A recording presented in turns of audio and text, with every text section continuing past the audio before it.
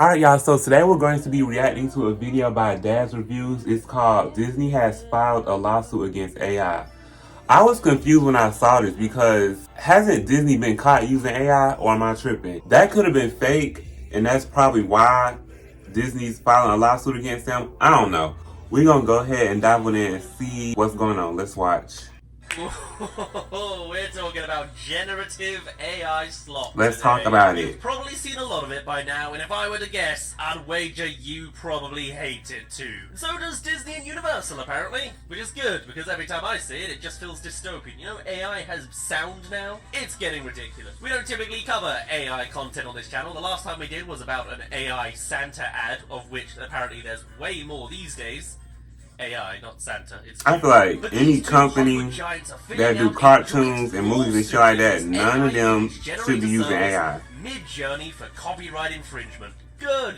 Finally, some progress. Or at least that sounds good on paper. But what exactly is happening here? And is this actually a big deal? Where does this go? This is a big thing. I mean, let's just start with some context. So, Midjourney was an AI model that went into open beta back in 2022 that offered users the ability to quickly generate an image based off of a prompt that they input. Sounds like an interesting tool on paper, but the results typically aren't great. First and foremost, the result is usually full of strange artifacting, and this is because, unlike traditional art, the generative AI model is not actually a drawing. Instead, it's just mimicking existing final products it's already seen based on an image generation algorithm. And in order to create an algorithm like this, you need to feed an AI a lot of art.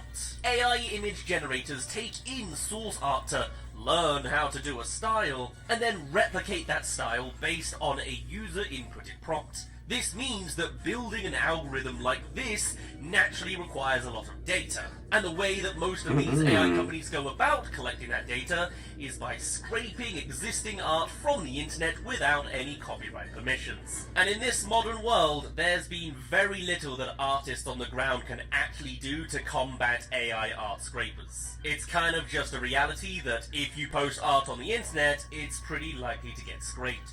Anything on Twitter now has part of their terms and conditions that they can use it. Anything generally available can be scrubbed if someone's able to search for your image. And even me, and one of my most popular videos, the terrible Lego movie ripoff, I found out a few months ago has been fed into some AI algorithm, and I can't sue them, so it's just out there. Thankfully, it was not a very well edited video, so I don't mind that much, I guess. While artists can actively filter their results with a tool like Nightshade, there's not much that can really be done about legacy animated content. Okay, let's talk about this damn lawsuit. Which has already been sourced for these models. And while this practice of scraping has caused other lawsuits before, this particular suit is the very first one from a major Hollywood corporation against generative AI. And it's really something when I want to see if it's the one that Disney, that they're rivals that are coming together to combine this lawsuit. AI art is by nature going to be creatively derivative, and it's probably also art theft. But that's not exactly what Disney and Universal seem to be worried about in this specific lawsuit. They seem more concerned with AI art's capacity to destroy their business model through rapid image generation. And the fact that both giant studios have combined together just shows how seriously they're taking this. In fact, they have a history of direct competition with each other that pretty much encapsulates every branch of both companies. From films to theme parks, Disney and their rival Universal, owned by parent company Comcast, seem to always be neck and neck. So it takes a pretty big threat to their power for something to be seen as a common enemy to them. But apparently Midjourney is that big enough threat. And honestly, it makes a lot of sense. Both of these companies are intellectual property powerhouses. Disney famously has been spending billions of dollars over the past few decades buying up IP to include under its umbrella. From the Jim Henson Company to Pixar to Marvel to Lucasfilms to Fox, Disney is all about buying and controlling the use of IP. Universal is much the same. Their entire business model is based on using... Damn, there's so many Disney movies that I have not watched. AI, however, threatens this very model. By being a really okay, is there anything specific that they saw, like a AI picture or a video or something, and it was like, oh hell no, we suing y'all ass? train their models. Right. So it's good at replicating that existing art. And so of course, this means that it's really good at making stuff from IPs that Disney and Universal would rather have complete control over, or at least shoved into a vault or something. Illumination, a studio under Universal, has taken a stand against AI before, using the Minions to poke fun at AI image generation in the lead up to Despicable Me 4. So it's been something at least on the Damn, I don't mind think of I watched the animators and fourth one creators yet. for a while, but it's now a big enough talking point that the legal side of Universal has actually gotten involved. On the other hand, regarding the other plaintiffs' involvement here, the Walt Disney Company has in particular lobbied for the strengthening of US copyright laws over and over again in order to maintain complete control over its IP. So this sort of lawsuit is not at all out of character for the company. That said, there is more of an interesting topic when talking about Disney and AI, as they did recently allow the use of an AI voice model of James L. Jones to be used for Darth Vader in Fortnite. What is this timeline? And that has also led to him saying some pretty heinous things, but also has been I don't- even still, a lot of the things he did say don't exactly endear Disney. I don't to keep their up AI with this experiment stuff. very much. I don't know And what the also hell. kicked up a fuss in the voice acting I don't even know who field, that so, is. you know. According to an email from Horatio Gutierrez, who is representing Disney legally in this case, we are bullish on the promise of AI technology and optimistic about how it can be used responsibly as a tool to further human creativity. But piracy is piracy, and the fact that it's done by an AI company does not Ooh, make it child. any less infringing. So it's not exactly that Disney hates AI. They do seem to like it, in fact. They just don't like having their copyright infringed, which makes a service like Midjourney Okay. the perfect target for legal action from the media giant. It's about IP, not actually AI. Kind of. On the other hand, it seems like Universal is more concerned about their employees. Kim Harris, who is representing NBC Universal in the case, had the following to say in his own separate email.